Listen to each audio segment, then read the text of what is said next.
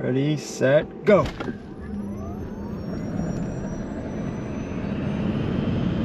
Hi everyone, this is an update on my 2021 Tesla Model S Plaid, which now has 34,000 miles on it. And yes, I still find the acceleration to be thrilling. In this video, I'm going to be sharing how much I spent on this car, what has broken on it, and how it's been holding up. So let's start with the paint. I think the paint quality is on par with BMW. I had a ton of rock chips on this car, as I've had on my other cars, which I've used for commuting. And I'm finding the paint durability and quality to be on par with BMW. It's very similar in characteristics to what I experienced with my M3s when I had commuted with those. It's not quite as hard as Porsche. I use daily a Panamera and also a 911. But it's holding up much better than what I'm used to with Toyota, Honda, and Mazda, and Alfa Romeo. This car has a ton of rock chips. If you're buying it new, I'd recommend getting PPF on the front end, right behind the front wheels, and in front of the rear wheel, as those areas get peppered. And this car has over 1,000 horsepower and it's all-wheel drive. So when you're launching the car, the tires just spit up rocks. That's what gets the fenders and the rear quarter panel. And this car likes to be driven fast. So from that perspective, that's why the front gets the chips that it does. So I recommend PPF, and I also recommend getting mud flaps. I have the OEM Tesla mud flaps. They hang pretty low, so they do rub a lot on the road, which gets kind of annoying, hearing the scraping sound. I've gotten used to it. The interior has held up very well. I've only noticed some wear on the driver's seat. Note that this is vegan or synthetic leather, so it doesn't have the same wear characteristics as natural leather. I've had no issues with the steering yoke. Some people have complained about the top of the steering yoke peeling. I don't hold that part of the yoke, so no problems there. None of the buttons have broken, and the center console is holding up in good condition. There really hasn't been any issue with wear on the center console, which I use that and the door armrest to rest my elbows when I'm driving. The rear seats have held up well. No noticeable wear in the rear seats. I do have them covered and I have car seats on them. Note if you're putting car seats in the Model S that the seat base is contoured. A harness booster is no problem using the latch, but when transitioning to a high back booster using the seat belt, the car seats don't sit flat. I have the Max Spider 3D Kagu all-weather floor mats in this car. I've had these floor mats in other cars. I like that they are not just straight up rubber, where they show white streaks from the shoes and all that stuff. I really like this particular style and brand of floor mat. Has performance changed? Not that I could tell.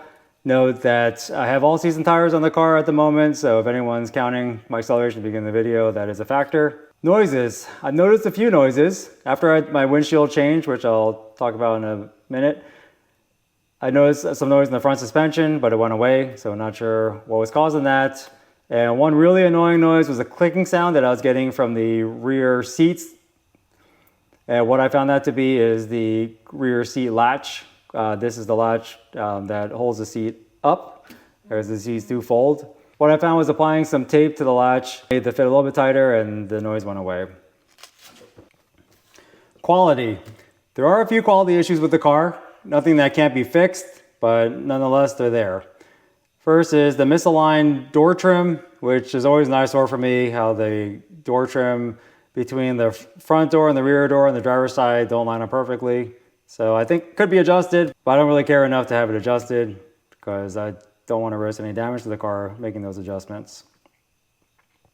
Misaligned interior trim. The passenger side door panel is a little bit higher than the trim next to it. So once again, that could be adjusted. I didn't care enough to have it done. The third is the rear passenger door, which sticks out a little bit more than the front door. It's not visibly noticeable, but I know that it does stick out a little bit more because it is catching rocks. So I do have a bunch of rock chips on the front lower edge of my rear passenger door because it just sticks out just a little bit more beyond the front door. So those are all issues that could be resolved. I just really haven't cared enough to spend the time to do that. So what repairs and maintenance have been required? So all the prices that I'm going to quote are with taxes and shipping if applicable. First was replacing my windshield. So this was due to a rock hitting the edge of the windshield and it having a little nick that ended up forming into a foot-long crack. So that was at 9,013 miles. And the cost to have that replaced at the Tesla Service Center was $958.56. I paid $500 out of pocket, insurance covered the rest. After the change in the windshield, the car's location would be off occasionally by 50 feet, which made the nav pretty useless in that it would sometimes think I'm on the wrong street. It wasn't pleasant. Tesla replaced the front radar sensor and the occupant camera under warranty. That ended up having a 12,395 miles, and that resolved the issue. Haven't had it since. I also had a problem with the dome light and the ambient light turning off when the doors were closed. So we're inside the car, we shut the doors, and the ambient light turns off.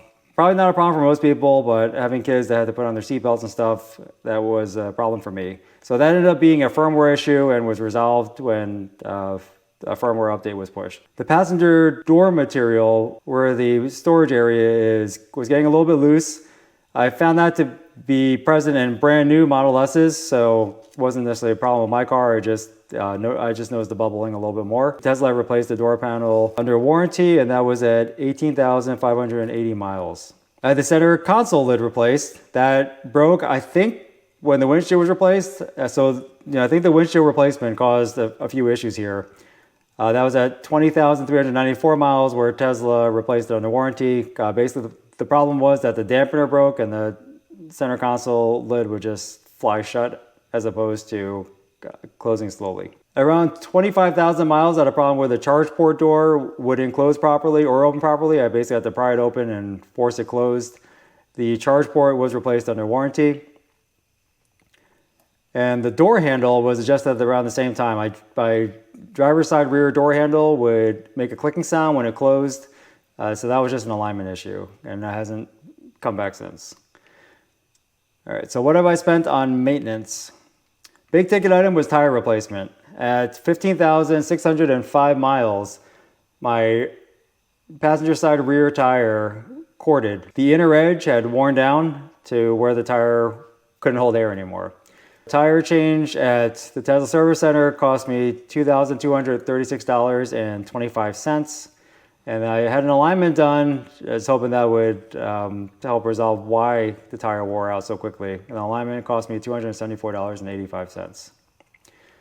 At 32,405 miles, I had the cabin filter replaced. That cost $45.70. So at the Tesla Service Center, very fair price. For those who are looking to do that themselves, it's really easy. The only reason I went to Tesla to do it was because I ordered the part and it got lost in shipping. Why did I have the cabin filter changed? Well, I noticed that the AC had a funky smell on very humid days, and I was told that changing the cabin filter would resolve that. It hasn't, and I have Tesla coming in a week to clean the evaporator, because I heard that if the cabin filter is addressed, then cleaning the evaporator will resolve that issue. Elective costs. So these are costs that were outside of maintenance, outside of repairs, things that I chose to do. The big ticket one was getting all season tires along with T-Sport line 20-inch TS5 wheels. The tires that I chose were the Michelin Pilot Sport all season 4 tires. Love them, love the look of the wheels. That's why I've kept them on throughout the summer. I've really just didn't care to put my 21-inch arachnids back on. That was done at 18,000 miles, and the cost was $4,584.88. Note, these tires are wearing much better than the tires that came on the 21-inch arachnids. I'll be doing a follow-up video on my all-season wheels and tires when I do a tire rotation within the month, so I'll share how it's been wearing. Window tint, I had the windows on the doors and the rear hatch tinted with 20% tint. That cost around $450. The Max Spider 3D Kagu all-weather floor mats cost $253.22.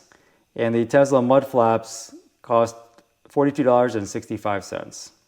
So add it all up, repairs, $0. That was all covered under warranty.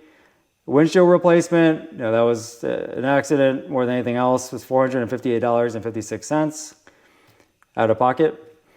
Maintenance, because of the tires primarily, was $2,556.80.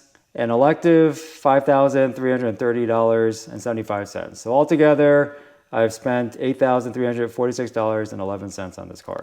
The warranty on the battery and the drivetrain Good for 8 years, 150,000 miles, so I'm covered until August 2029. I would probably hit the miles before the time. Basic warranty is good for 4 years, 50,000 miles. So for me, that'd be good through August of 2025, but I'll probably hit the miles first. I'll likely get an extended warranty for the basic warranty if Tesla offers it.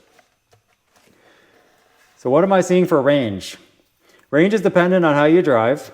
Range goes down at high speeds because of increased wind resistance as you drive faster, and also because the motors are spinning faster. This is a single speed gearbox, so as you increase speed, the motors spin faster. For my 160 mile round trip commute, it takes 60 kilowatt hours of energy to charge the battery back up to where it started, which for me is 90%. That's what I charge to. So that equates to 2.7 miles per kilowatt hour, or an effective range of 270 miles. So yes, much less than the rated range, but I'm not trying to drive conservatively when I'm commuting on the highway. If I'm just putting around town, I've seen as high as 3.3 miles per kilowatt hour, which would equate to a range of 333 miles.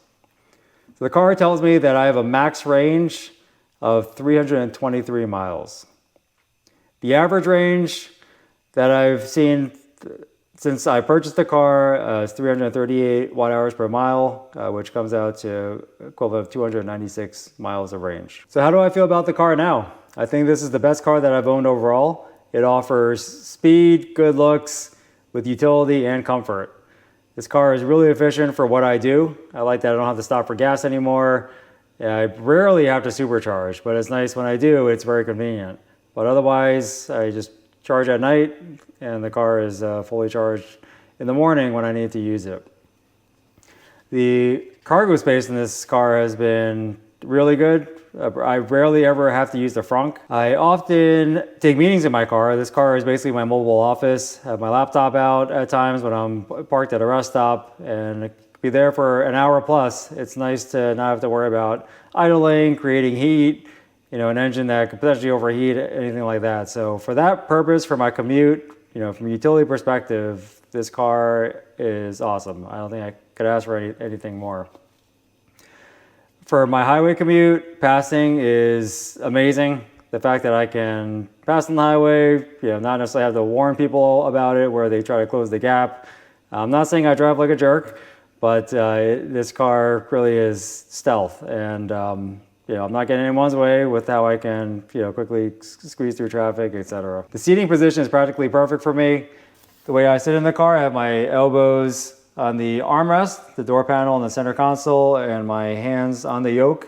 In previous cars, I wasn't really able to rest both elbows, but in this car I can, and it makes for a very easy, comfortable drive. Other points of efficiency: there's no need to start the car or to turn it off.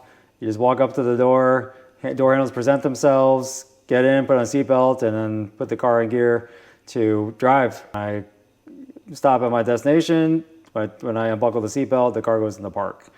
And there's no need to turn off the car. So I've noticed myself, especially in my wife's car, which is quieter, when I drive her car, oftentimes I will get out of the car and then leave her running because I'm just so used to not having to turn the car off. Looks. I still look back at the car after I park it, so that tells you how I feel about the looks of the car. I still get excited when I see other refreshed Model S's on the road. I love the wide stance. I think it looks even better rolling than it does parked. Now, while I won't take this car out just for a drive, if I actually need to go somewhere, this is the car I take. Well, that's it for this video. I'm sure I left some things out, so please leave your questions in the comment section. I also love to hear your thoughts on the Model S Plaid. I would appreciate if you would hit the like button and subscribe to this channel if you haven't already. Really appreciate the support. Thanks for watching. Bye for now.